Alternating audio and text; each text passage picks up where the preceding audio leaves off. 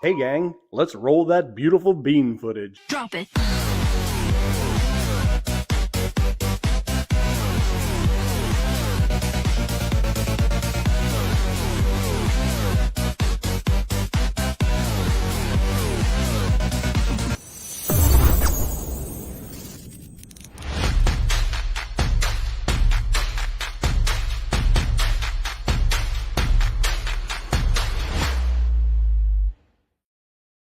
Happy snowy Wednesday from Wisconsin. My name is Jason Schultz. I'm the host of Be Loyal to Your Soil, a podcast we try to do every Wednesday. Sometimes we skip Wednesdays. Kind of depends how busy everybody is. But tonight, I'm joined by Brian Mohrfeld, the owner of Holganix, and Mike Burkhart. And they met on TikTok. And I feel like every TikTok relationship should be talked about publicly. And I'm glad that you guys are coming out with us tonight. So, Brian, why don't you kind of take over?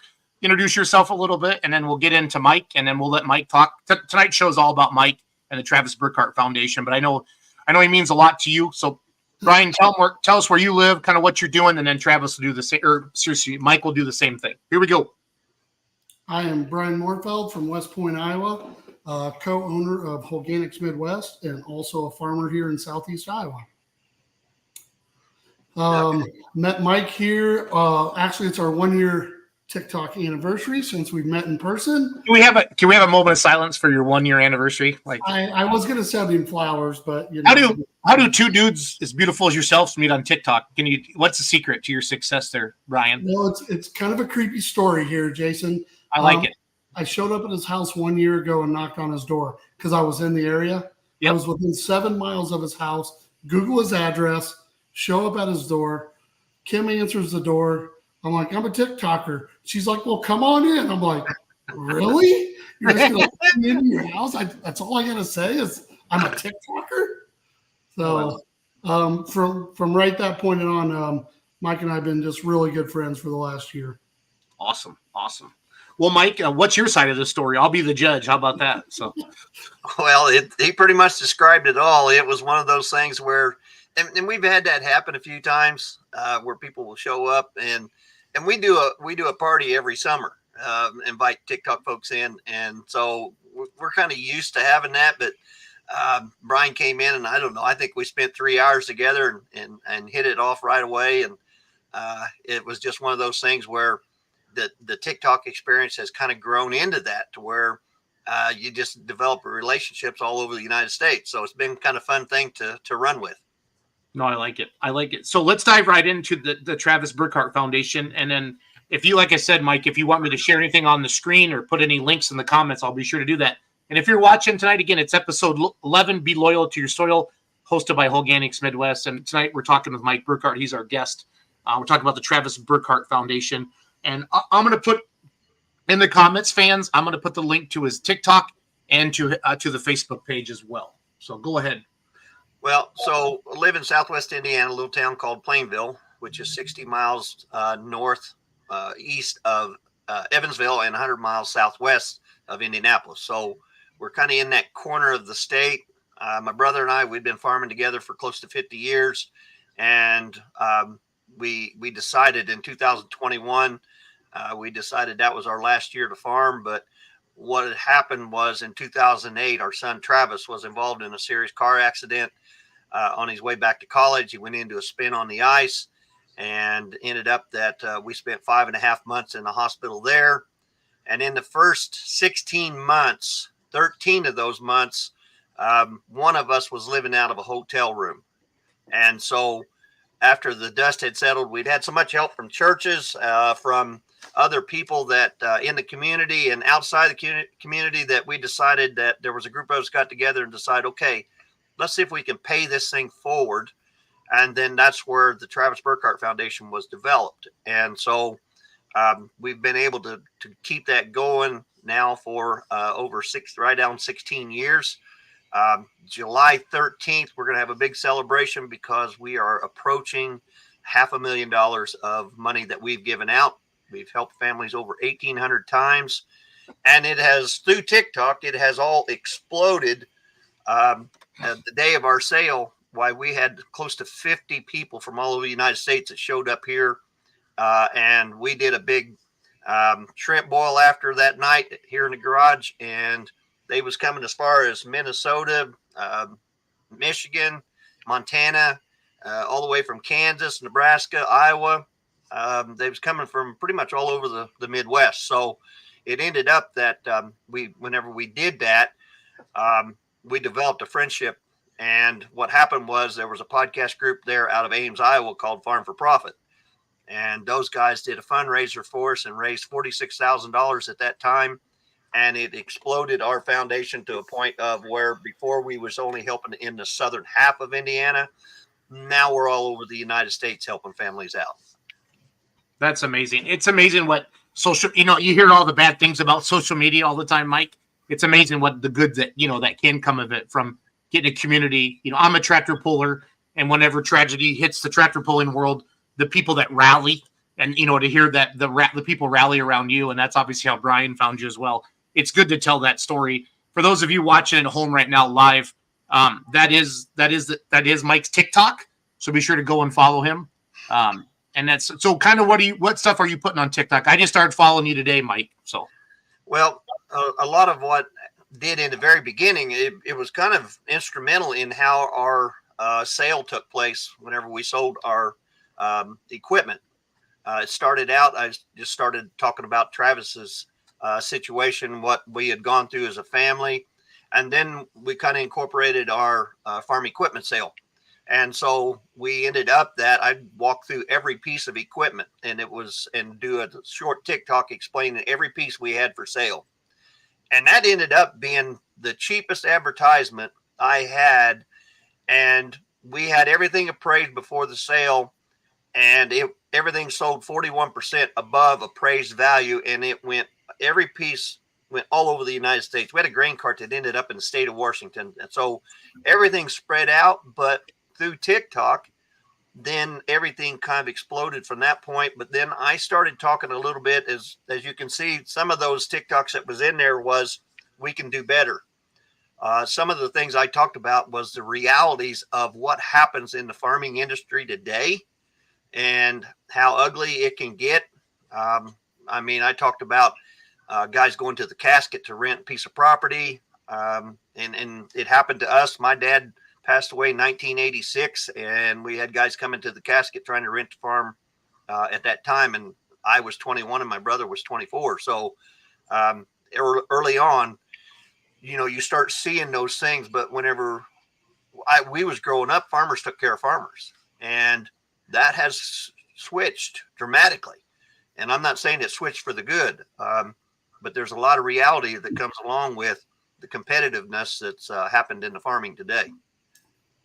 Yeah, ground is everything. Farmers aren't making, or God's not making more ground, that's for sure. So, right. But I've heard that story as well, Mike, about literally at the funeral asking about renting ground or buying ground. That's kind of cheesy, is all I can say. That's the nicest way I can say that. So yeah, that'd be an understatement, because my mother, what she told the guy was, she said, well, these two boys have been going through this. Their dad had his first massive heart attack at the age of 36. And these boys have been going through 13 years of training. So that's what they're going to do. So I'm going to politely ask you to leave the funeral home because, number one, this is not the place to talk about that. Number two, we've already got that base covered. Good. Good for you. Good for you. Again, thanks for joining us tonight. Episode 11 of Be Loyal to Your Soil podcast hosted by Holganix Midwest. We do this every Wednesday night. Sometimes we skip a Wednesday. Depends on how busy everybody is. I have Brian Mohrfeld, one of the owners of Holganix, with me tonight on the top of the screen. And then Mike Burkhart of the Travis Burkhart Foundation, Travis's dad. And right now I have his TikTok up. I'm going to put your Facebook up on the screen as well. And then let's talk about some of the pictures that you guys sent me today. I can throw them up on the screen and we can talk about those a little bit too. Did you have a fundraiser recently, maybe? I'm going to let Brian talk about that one. Yeah, here we go. Yeah, we put a side-by-side fundraiser together. When was that? Here, February 3rd. Yep. Is when we had it. And I think about, a month or two before that, we called Mike and said, hey, we'd like to put this fundraiser together. This is the date. And he's like, oh boy. Like, I don't know if you can put this all together, in that short amount of time.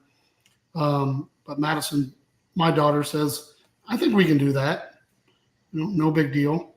So we set the date, we put that fundraiser together. Had a great time that day. I don't know what we had, Mike, 50 side-by-sides or whatever? I think so. Somewhere around 50 side-by-sides. And then at the end of the night, probably 150 people turned out for the side-by-side ride. Was this at the Lee County Ride for Recovery Poker Run? Is this it? Yes. Yeah. Yep. That's it. Cool. I just wanted to make it. So, yeah. And then a couple of them pictures were just probably after, I don't know, 6 or 7 beers and 2 whiskeys. Yep. That sounds about right. That one right there's, I don't know if that was before or after. Looks like my eyes were pretty squinted. It was probably after. I think he was in good shape there. Yeah, I think I was in plenty good shape. Yeah, Mike's got a big smile on his face. Mohrfeld, you look happy. I don't see anything wrong with this picture at all. No, everything's good there. Got hot chicks in the background. Yep, it's all good. Yeah, you do Dallas Cowboy cheerleaders. Yeah. I like that. Kendall Kirschbaum says 6 or 7 ? Exclamation hum. So somebody's calling you a liar, Mohrfeld. I'm just throwing that out there. As the host of your podcast, I want to just say that. It could be 6 or 7 an hour. We don't have to. Always keep it general. Always keep it general. No, it was just a really good day with a really good turnout from Southeast Iowa, for my friends and family and people from here, but also from the TikTokers. I mean, there was a good turnout with the TikTokers too. And I think there's a picture on there somewhere, isn't there, Mike, of we kind of just took a picture of all the TikTokers that drove and supported us also. Yeah, I think it's probably on your page more than it is. I think it's in there somewhere, but I'd like to put a plug in there for Madison, because Madison absolutely knocked it out of the park that day. She was so organized, and she done such a great job of getting that put together that she was so focused. Man, that girl can put it together really well. So yeah, got to put a plug in for her. No, she does an awesome job with all the Go Grows and everything that we do with Holganix. Is pretty awesome. I'm gonna go check the Holganix page right now. All that training came from me, right, Jason? Yeah, Brian, she actually, every time we talk, she's like, I would be nothing without my father. That's exactly how she starts every conversation. Yeah, now you're right. Everything I know. So. But I tell you, it was a fun day because, we went to 7 different pubs throughout the day. Each one of them had a different, kind of a different theme, but we just had a blast. We pulled our own side-by-side up there, and it was just the greatest day. One down from that right there, Jason. This one? One over. These look like the Christmas party. Oh. Yeah. I think. Let me check my phone. You guys keep chatting. Madison texted me something. I don't think I downloaded everything, so give me a second here, guys. Sorry about that. But yeah, it was a good day, and he hasn't spilled the beans on this, but raised over $32,000 is what they raised that day. So that's awesome. Yeah, it's totally awesome for our foundation. It just kind of gives us a real kick in the pants and really does us a huge favor, because what happens is we spend so much time on fundraisers that sometimes we don't have the time to spend on what our mission is. And that's what, whenever somebody does this for us, we can't be more than thankful than we are to these guys, because of the fact that it lets us focus on what our mission is, which is helping families out, trying to help them stay away from some of the problems that we had come across whenever we went through it. But, we talked about TikTok a while ago. One of the things that's come out of TikTok so well is that sometimes farmers will not talk to their local farmers, their neighbors, because there may be some things that they talk about that if it gets out into public, that it works against them. Well, I get phone calls quite often of farmers just wanting to talk and want to try to work through some problems. And that's been the good thing that's come out of TikTok. And, they talked about, what, week, 10 days ago, they was wanting to shut TikTok down. It's the craziest thing, because of all of the good that's come out of that far outweighs anything bad that comes out of it, just because we're able to become a huge family. Yeah, I like how they're worried about TikTok, but everything. They know everything about us, all that we do. I always giggle when I hear that. It makes me laugh. Yeah, they got a lot bigger problems to worry about on Capitol Hill than what little bit of TikTok causes in their troubles. Well, there's the truth. She gets it all from her mom. Sarah Mohrfeld checking in. So Madison. There you go. Madison just texted me again, and I can show you the text, Brian. She said, "My dad is my world. I would be dead without him." Thank you, Jason. Well, I'm here for you, buddy. So. I know that's a lie. Yeah, I know who to suck up to. I'm not dumb. I mean, I'm not pretty, but I'm not dumb. So. I got these pictures. I'm uploading them right now, guys. So, well, some of the things that we help with the foundation that we're very blessed with, and I told some of these stories up there that night, was through Travis's situation. He could be a lot worse than what he is, but yet we're in St. Louis a few years ago. Travis threw out first pitch at one of the baseball games there at St. Louis, and we get back to our seats, and this lady comes up and she's crying, and she said, "Do you guys remember who I am?" And I said, "No, ma'am, I don't really believe we do." And she said, "Well, I was Travis's nurse in ICU at Deaconess Hospital in Evansville." oh wow. And she said, "I was in the luxury suite on the other side of the stadium. When I heard his name," she said, "I just started screaming and crying." And I said, "Okay." And she said, "No, you don't understand." She said, "They told us that he had died." What? And she said, that's the last word we had about him. We had no idea that he was still alive. And for me to be in that stadium the day that, that he throws out first pitch, she said, "I can't tell you what that means to me." And she said, you come to a point in your job where you've done it for so long, you get tired and you don't feel like you're making a difference. But she said, "I can honestly say that I can do my job another 25 years. And that's just one of the many stories of things that we've had happen that's been such a blessing to us, that we had to have a lot of things happen bad to come to this point to where we felt like, okay, let's kind of move this thing forward. But it was kind of God's way of setting us straight on what we needed to do and what our plan needed to be. And basically he wanted us to take care of other people. No, that's awesome. My father-in-law, he had a bad snowmobile accident and he had a traumatic brain injury and he was in a coma for 33 days. And the first day his eyes moved, like he even twitched an eyebrow. You would have thought we won the lottery. It was the best day of our life. And he still can't move his right arm. I'm not sure. We're not sure when he came off the snowmobile. And what stinks was he wasn't drinking. He wasn't going too fast. If anybody deserves to get wrapped around a tree that night, it was me. Because I'm going 110 mile an hour, and my father-in-law was taking his time. Some of the stuff doesn't make sense. And it's weird talking about this, but I held myself pretty guilty for 4 or 5 years, because I'm the one who took him snowmobiling. You know what I mean? We were up north in Minocqua, and when I called 911, Mike, I said, order the helicopter now. And they said, "You don't know," and I said, "Order it." And because we were way up in the boonies, we actually were in Wisconsin. And I had to give them our GPS coordinates, and they brought the ambulance out to the trail. And then we followed the ambulance in on town to our snowmobiles. And they took us over into Ironwood, Michigan, and then they air flighted him into Wausau, Wisconsin. And he was in a coma for 33 days. So what you're doing, I had no idea we were getting into all this tonight. So I thank you. Thank you so much, Mike. It's an amazing story. And my father-in-law's with us today. He's functioning and living life, but he's not the same guy, obviously. But yeah, and that's the thing that we tell families, just exactly what you said, was that you thought you'd won the $1 million lottery. Well, that's the point that we try to tell people, is when they go through things like this and it gets you down mentally, you have to focus on the smallest thing that is a positive, or mentally it will break you down. And that's what you got to do. You got to celebrate those hard because they may be few and far between. And if you don't, by then, it'll work you over. But that's been the thing. And we've been able to go back to hospitals and talk to families and kind of work through some of that stuff. But I know exactly what you're saying on that part. And a lot of times we tell families too, we always tell them, okay, here's the deal.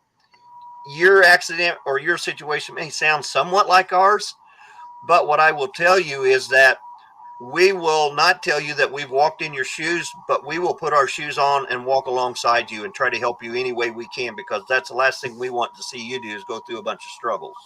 Yeah, no, it's so true. So it was a car accident. How old was he when it happened? 22. 22. Just a bit like icy snow and spun out.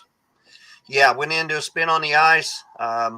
It was we held him back home a day before, thought that it had cleared up, but he got into a patch of ice, went into a spin. He was going to school to be a teacher, football coach, and basketball coach. He wanted to be a coach. And so But what we didn't realize was that he was lifting weights about 5 days a week. Okay. Going into his situation, he was as strong as we'd ever seen him. And we always said that God was preparing him for the biggest battle of his life, and which is true. But Travis now goes to weightlifting competitions and wins. I mean, and these aren't Special Olympics. These are weightlifting competitions. He'll bench press 319 pounds. Holy crap.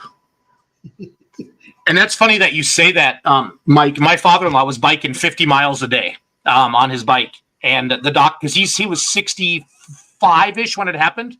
And they said most people his age are not in the shape he is. And the fact that he came out of it the way he did, his accident, most people die. I mean, they just flat out told us that. So the fact that he's still with us and we see him all the time. And he's my father-in-law and he's an amazing man. So I want to show there's some videos of Trav maybe doing some lifting weights and stuff on here. It looks like there is. Yeah. And one thing that we found out too was the first year that we started, we was just going to help with traumatic brain injuries. And what we found out that Travis is only one of 8% to survive. 92% normally don't survive, just like what you just said. And so then we had to open that scope up. And what we help with today is about 53% of it is cancer related. So, okay. Yeah. But yeah, that's Travis on the left. He's a big boy. He's a big boy. Yeah. See, how tall is he? He's 6'2". Yep. Yeah. That's awesome. Yeah. He whooped my ass arm wrestling. That's awesome. Wasn't even close. We go to weightlifting competition, first one he won, and the first time I get him up on the stage with his trainers, and a couple of these guys that's in those pictures are his trainers. Okay. And anyway, they, the first time they're like, oh, that's nice that he gets up there and he's competing, and you do 4 lifts. Okay. Well, by the time it was over with, he ended up winning. And by the time I got him up there the last time, they wasn't real thrilled with the fact that he won. So they wasn't as happy whenever he got done. Yeah. No, that's awesome. I'm just flipping through some of the photos. Yeah, that dude on the right has to be his coach or trainer. No, he's not. He's actually not. No. But some of those guys that come to those, we do a weightlifting competition every year now. Anytime Fitness here locally puts that on. So it's always a good time. And, those folks got this lady right here that he's hugging right there. She was a nurse at one of the first rehab facilities, and she happened to show up, and we didn't even know. She didn't know, and we didn't know that she was coming. Wow. And it was the greatest thing to get her together with Travis. That's awesome. That's awesome. So Brian, so you're just scrolling TikTok and you find this Travis Burkhart Foundation, or how did you see all this? Or was it because of the podcast from Farm for Profit or what? No, Mike always just put out some TikToks that I always just listened to, and then I just friended him on TikTok, and for probably 2 years I listened to Mike's stories on there because they're true stories. Yep. Everything's a true story when he's talking. He either lived it, Travis lived it, or something, and it just caught my interest. Yep. And then I was in Washington, Indiana at a conference, and Mike happened to put a TikTok out and said something about where he lived. So I just Googled it, and I was like 7 miles from him.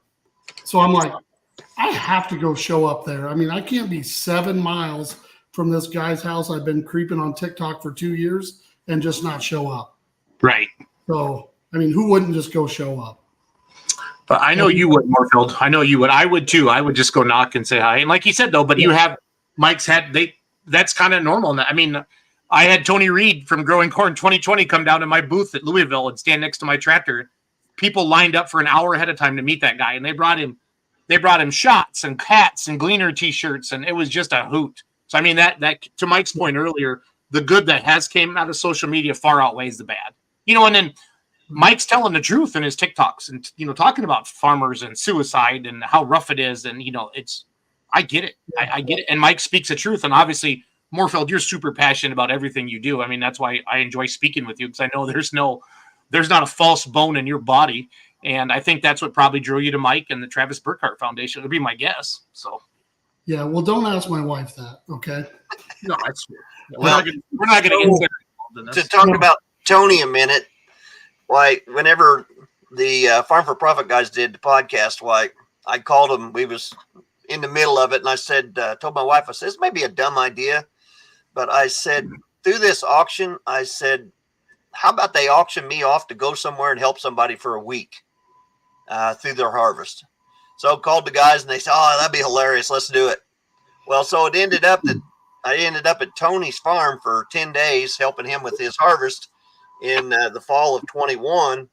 And then I ended up in Montana and did a harvest thing up there that summer. And then this past fall, I ended up in Nebraska with Korean corn farmer Noah Hubbard and his family, helping them out. So I've been able to do that, do something different, and it's been really kind of cool for me to be able to get out in different parts of the country and see how things are done a little bit different. So, yeah, Tony's a hoot. And I can honestly say, outside of one day, Tony didn't use one cuss word around me the entire time. So if you can figure that one out, you're doing good. No, he's a hoot. We had him on one of our tractor pulling podcasts one night. And he goes, can I just say what I want? I said, we didn't bring you on here for church service. And he goes, perfect. And he plays the crowd. He knows what he's doing. I'm surprised. I've always felt like my dad's 60. I'm 48, so dad's 67. I always kind of felt like farmers were like slow to Facebook and Instagram, but for whatever reason, TikTok, man. I mean, you got all these guys now hitting YouTube like Millennial Farmer and Larson Farms. It's really, I think the fact that it's so simple, you don't have to edit it, Mike. You just pick up your phone and tell us what's on your mind. And then, then the algorithm lines you up with like people. And it's pretty freaking amazing. It really is. And what it's done. And the short form video, TikTok changed all of social media. Facebook used to be a long form. Now Facebook has reels. YouTube has shorts. Instagram has reels.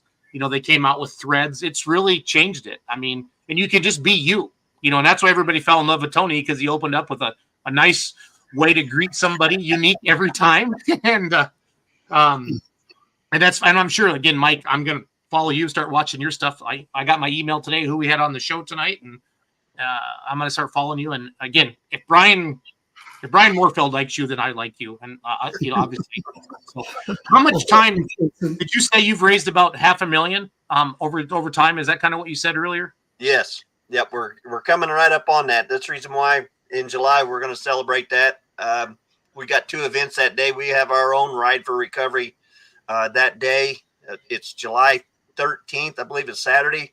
And then we have this weightlifting competition both on that same day. And then before then, on May 18th, we go to St. Louis. We're in the process right now of selling St. Louis Cardinal tickets. They play Boston Red Sox. So that's our next big fundraiser that we've got coming up. But got a phone call yesterday from a tractor group out of Muncie, Indiana, that wants to do a fundraiser for us. So we're really very fortunate that folks have just jumped in. They understand what we're trying to accomplish. And, we're just trying to help families out. So, and that's about the best we can do. And just been blessed with, and we got to meet some really cool people along the way. Travis has made a friendship with Tim Tebow's mother. Oh, cool. Way back when. Now, this young man right here in this picture, he's from our area, and he had a 4-wheeler accident 1.5 years ago. And we spent a lot of time with his family, helping them walk through, and he's made a miraculous recovery. This young man is just been a true blessing to watch him.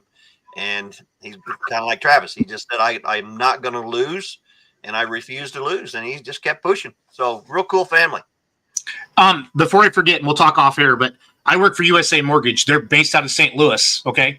And I have a ton of St. Louis connections with the Cardinals. So we have to chat, because I got some guys on the inside there. So make sure we chat about that, because I'll help you connect you with and some big social media influencers as well.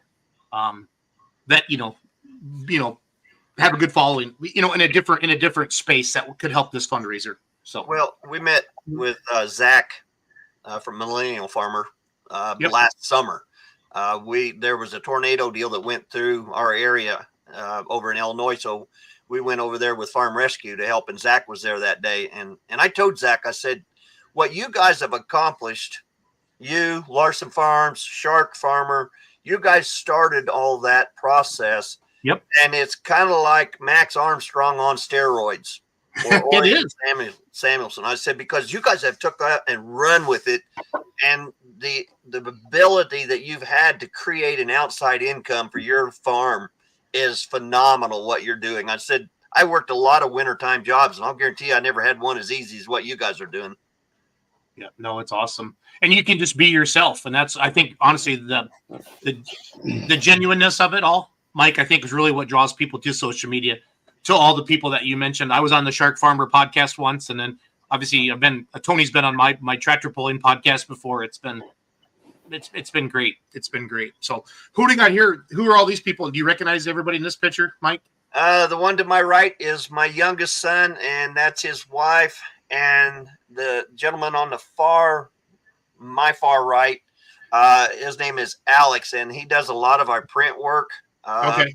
And he's just a totally cool kid that just donates a bunch of time and effort into our foundation. That's awesome. That's awesome.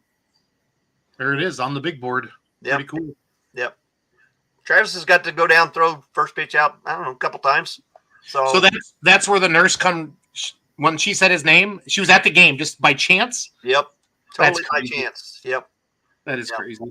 It's kind of a crazy thing, but that's why I say, whenever Travis connected with Tim Tebow's mom, we was in Chicago, and he was doing we lived in Chicago for 2 months up there, doing therapy up there, and therapist called us in one day, and she said, you guys got to come back here. Said Travis is doing Tebow, and we thought he was having some kind of a seizure. We didn't know what she was talking about.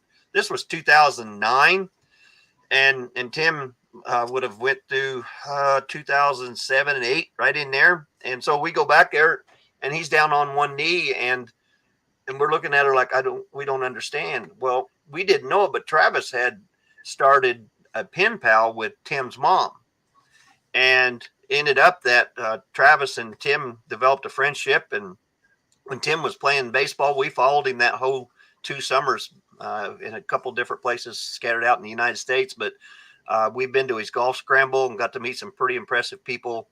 Some athletes that we would have never met. There's no way that the way it happened that we would have ever met anybody like them before.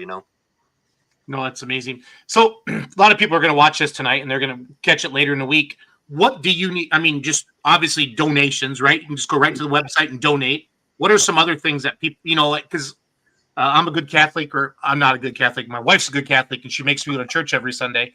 And our priest always talks about time, talent, and treasure, right? Treasure is a no-brainer. How about from the time and talent from people? What are some of the things that the Travis Burkhart Foundation is looking for, Mike? Okay, so we have people that will give money monthly. Okay, it's a withdrawal maybe out of their account monthly. We got people that will do sponsorship. They'll just do a flat donation.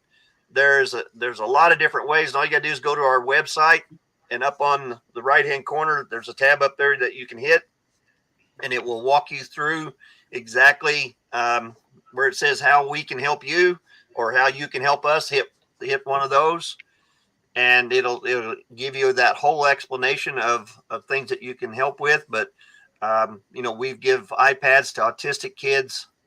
We've been able to give out, I think, 24 iPads, usually whenever somebody goes through a stroke or an autistic kid communication device, and an iPad is a great way for that. But we got people that comes out and works at our events. There's a whole realm of different ways that folks just jump in and help us. That's amazing. I'm on the website right now. So I clicked on how can we help you and how can you help us? And then here's a nice link to our story. I like that a lot. Yeah. So it's kind of neat to see all this stuff. And we've started making the push now to where we're getting into the corporate world. Yep. 2 years ago, we went down for TopCon. We do some public speaking, some inspirational speaking on occasions. And then what we'll do now is, like 2 weeks ago, I went into one ag manufacturer and give them what our presentation was of what we do, why we do it. And They're wanting to be a sponsor. So now we're at a point now to where that's where we're headed, is toward corporate sponsorship, to help us along the way. And we're willing to travel just about anywhere and do a presentation and ask for help in any way we can. No, that's awesome. I'm on the Facebook page right now, and everybody, this is in the link. It's super easy to find as well. Travis Burkhart Foundation. But this is what's coming up on May 18th. Is your the deal in St. Louis? So at the game. Yep. And this will be the first time that we've been actually on the lower level. Okay. We're in section 161 through 166, I believe. The tickets, I looked them up today. They're selling for $90, and we're selling them for $60. Awesome. And fans, I'm putting that in the link right now for you. But again, you can find all of this on the Facebook page as well, or the website. Excuse me. No, I think I found this off. Yeah, no, I found this off Facebook. Yeah, there it is. I found this off Facebook right here, the March 2nd post. But that's now in the comments as well. No, this is super cool. Yeah, you just don't know how life's. It can throw you a curveball, Mike, and I'm not trying to make a pun off of baseball, and you just rally and go. Some people give up, and you said, all right, this is what you want me to do. Let's go. So yeah, I mean, that could be hard. There's a lot of times that we go into, we get those phone calls, and some of them turn into pretty lengthy conversations about, things that are happening in people's lives. And, sometimes there's things that we have no control over, and right. Sometimes it takes a higher power. So, with Brian and what those guys have done for us has been really beneficial. But a few weeks ago, they did a meeting down here in our area. I've looked at their stuff now for a year and impressed with what they're doing. So trying to set those guys up to where they can kind of move their business forward. But if it's in a way that helps farmers out to where they can make more money, hey, let's turn it loose. Yep. Yeah, Jason, I'll kind of explain the program that we're doing with Mike on TikTok. So Mike has kind of set me up with like 4 really good farmers around the country. I guess there's one in Indiana, one in Nebraska, one in Missouri, and then hopefully one in Iowa. We haven't got our Iowa one nailed down yet. It's kind of been a pain in our butt. To find a good farmer in Iowa, that's what you're looking for, Mohrfeld? Oh, no, I guess he's in Illinois. Illinois, isn't he? I'm talking about Tony. Yeah. You got one in Nebraska, too. Don't forget about one in Nebraska. Well, yeah, I got Tony's cell phone number. If we can have everybody text him right now that's watching if you want to do that. Yeah, we all have Tony's cell phone number. Well, but I'm saying we have it on the screen, but not everybody watching has Tony's cell phone. Oh, okay. I've done that to people before. So is what we're putting in, it's kind of like the Go Grow program. Yeah. So Mike basically picked these farmers. We're putting the product out there. We're going to go to these farmers throughout the season, do the test live. We're going to do TikTok lives right there, show our results, show what our product is doing. And then any sales through all of this TikTok that Mike's putting together, we're going to donate back to the foundation. Awesome. So, and we told all of them to be brutally honest. If it works, be honest about it. If it doesn't work, be honest about it. And because that's what I told him. I said, I won't push something on you. There's nothing worse to me than a used car salesman that tries to push you into something you don't need. And, if these guys have got a product that makes money, hey, that's a good deal. Yeah, I'm not a farmer, Mike. My dad is. I've never even changed the oil in my pulling tractor. I pay somebody to do it for me. I'm a mortgage lender, and I readily admit that. And I don't know. I've learned more about NP and K and phosphorus and things that I never thought in my life. And I've known Holganix and the team now for about a year now with the Outlaw Truck and Tractor Pulling Association. And this is our 11th podcast. And to have agronomists on here, but actually to have actual customers, Mike, that's where I've heard the stories, I've heard the testimonials, I've seen the pictures. Heck, I'm the one putting them on the screen. You know what I mean? It doesn't lie. And that's what I love about Mohrfeld. He's like, you just be honest. I mean, yeah. I know what it's like to be. I'm in sales. I walk in real estate offices every day and say, "Hello, Mr. and Mrs. Realtor. Do you have anybody that needs help getting a mortgage?" And I know what it's like to be that guy. That sales guy walking on the farm, and they get hit every day. But for these guys to come through with this, it's been fun doing this because I know it works. And friends of mine use it. They farm with it and they've seen results. And that's where, and Mohrfeld again, he's like, whatever, let's go. I mean, how can you not embrace that, Burkhart? How can you not embrace that? And that's what I said too. Tony goes, no, I will tell the truth no matter what I see. And I go, yeah, we are that confident. Yeah, that's kind of what we're counting on, Reed. So crazy. You guys are crazy. Like, yeah. But we did with Extreme Ag, we did a Extreme Ag live, and my agronomist Mike, and I think Mike was on here one other episode. Yeah, we've had Mike on 4 or 5 times. He's awesome. Yeah, and they were going to do this Extreme Ag live with the results, and I'm looking at Mike, and Mike goes, "No, we're good. We win every time." I'm like, "All right." So that's the program that Mike Burkhart's helping us put together here is going to be a lot of that live right there, see the results, and just show you. We're not trying to hide anything. No, that's awesome. Yeah, that's awesome. Yeah, because I mean, I like I said, I've done the research on it for a year, and I've had people approach me before, and if it wasn't a product that I wouldn't, if it wasn't something I believed in, I wasn't gonna push it. And so that's where this product here, I think, is something that guys need to take a hard look at it. Especially the way the money is right now, and as tight as it is, it could get interesting here. I'm not going to say we're going to revisit the 80s. Been there, done that, and the 80s stunk.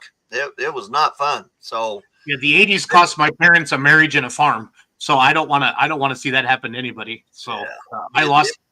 My mom's been great, but I lost my dad because, we moved to Wisconsin and Dad still lived in Iowa. So it sucked. So yeah, it's a tough thing. And farming in itself is tough. And so if there's something that you can, benefit from it, why not? Yeah. So one thing that you might be interested in is, I believe the first tractor pulling sled was built right here in this town in a small shop in the early 70s. Who's that? It would have been, do you remember a name by the name of Bad Cat Jones? So the sled itself, my dad actually rode that sled for several years. And that was built here at Plainville Machine and Tool back in the 70s. And it would have been one of the first ones. And that Bad Cat was one of the first ones to build a modified tractor here in that shop also. He had it built right there. So we kind of had that history because, like I said, we followed that sled around everywhere, and we actually pulled, but not to the extent that you guys are doing. We'd pull down the track, but we'd drop weights on it, unhook it from a piece of equipment, pull it down the track, and say a prayer before you started pulling. Say, "Oh, please get me to the end, but don't kill it." No, but that's how it started, and that's what makes it great. No, I pulled in Evansville, Indiana, and I stuck a lifter, and it cost a lot of money. I'm not going to get into that right now, but we're talking charity for something more important than my disease, which is tractor pulling. But Indiana is a great state for pulling, a great state for pulling. So it's neat to hear that. I love old stories like that, Mike. The first sleds and different things like that. I'm going to find out. I'm going to do a post tonight about Bad Cat Jones. It was a modified. Yes, it was a modified. Okay. Yeah, and awesome. Dad would have been riding it back whenever it was going down the track 3 miles an hour, and then next thing you know, he's super stoked about being able to take it down the track and ride it at that point. No, that's fun. That is fun. Mohrfeld, did we hit everything we wanted tonight? This is one of our longest podcasts. I'm kind of proud of us, Brian, and I think it's been halfway entertaining and educational at the same time. With you and me on here, I was a little worried. You know what I meant? So. Yeah, I was not worried at all because I know how Mike can talk, and you'll get to know that. Like, he's got some long-winded stories, so I wasn't worried about. Before the podcast, he was like, "Hey, what are we going to talk about?" I said, "Mike, don't worry about it. You're going to be good." Yeah. I've never scripted anything in my life. Just give me some talking points and away we go. So. Yeah, I've done a couple of these. I did one with Rob Sharkey. Yeah. Well, he's a way bigger deal than we are. This will be on iTunes and Spotify, but we're no shark farmer. So. Yeah, but the one that we did was shortly after their son's situation, and it was a tough podcast because I didn't know exactly how deep I could dive into Travis's story. Yep. We would talk for about 10 minutes and then we'd all cry together for about 10 minutes. So it was a tough one, but it was a good one to do too. No, that's some good therapy. I don't want to cry tonight though, Mike. I just want a full disclosure. So I got to meet with the client here in about 15 minutes. So okay. They'll be like, "Why is my mortgage lender crying at 7:00 at night? This is bad. I don't understand." I understand. I can tell you some of those stories too. Yeah. Oh, I'm sure you can. I'm sure you can. So, yeah, I want to wrap this up if you guys don't mind, and I want to talk off air for a few minutes. But, Mike, thank you for coming on tonight. Thank you for answering the door when Mohrfeld opened and said trick or treat. A lot of people might not have opened the door when they saw his big ugly ass outside, but I think for all in all, I think he's a good dude, and it's amazing you guys raised $32,000 on that ride. And that's Brian. That's what's great when people rally and get together, and the purse strings kind of open. If you know what I don't know how else to say it, but people are generous, and that's Mike. You've seen it. You know what I mean? You've seen it, and it's helped other people. And that's really what makes you feel good about life when you're doing something. Because we're so busy all the time trying to make money. I'm super, super guilty of that. But it's been fun to hear your story tonight, Mike, and to see what you're doing and how you're impacting people's lives. Because I've experienced it. I mean, with my father-in-law, he was my everything. He still is. You know, I worked for him. I was running his, I was working for him at the creamery. And my life changed that day. I went from here to holy crap, I'm in charge. And that was a big step. It was a big step. So well, I really appreciate the opportunity. Always enjoyed doing these. So, and the relationship and the friendship that we've developed with Brian and his family, it's unheard of. It's a good deal. Well, that'll continue to happen. And it's neat that you came over from Indiana to Iowa. The Midwest is great. Just good old folks. That's where I live. We travel all over the country doing tractor pulling stuff, but you just don't find any nicer people here in the Midwest. And I know we got people watching in Florida tonight. I love you Floridians too. I'm just jealous that there's not snow on the ground down there. So it's all good. It's all good. So yeah, we are actually having our second annual on, I think it's February 1st. Okay.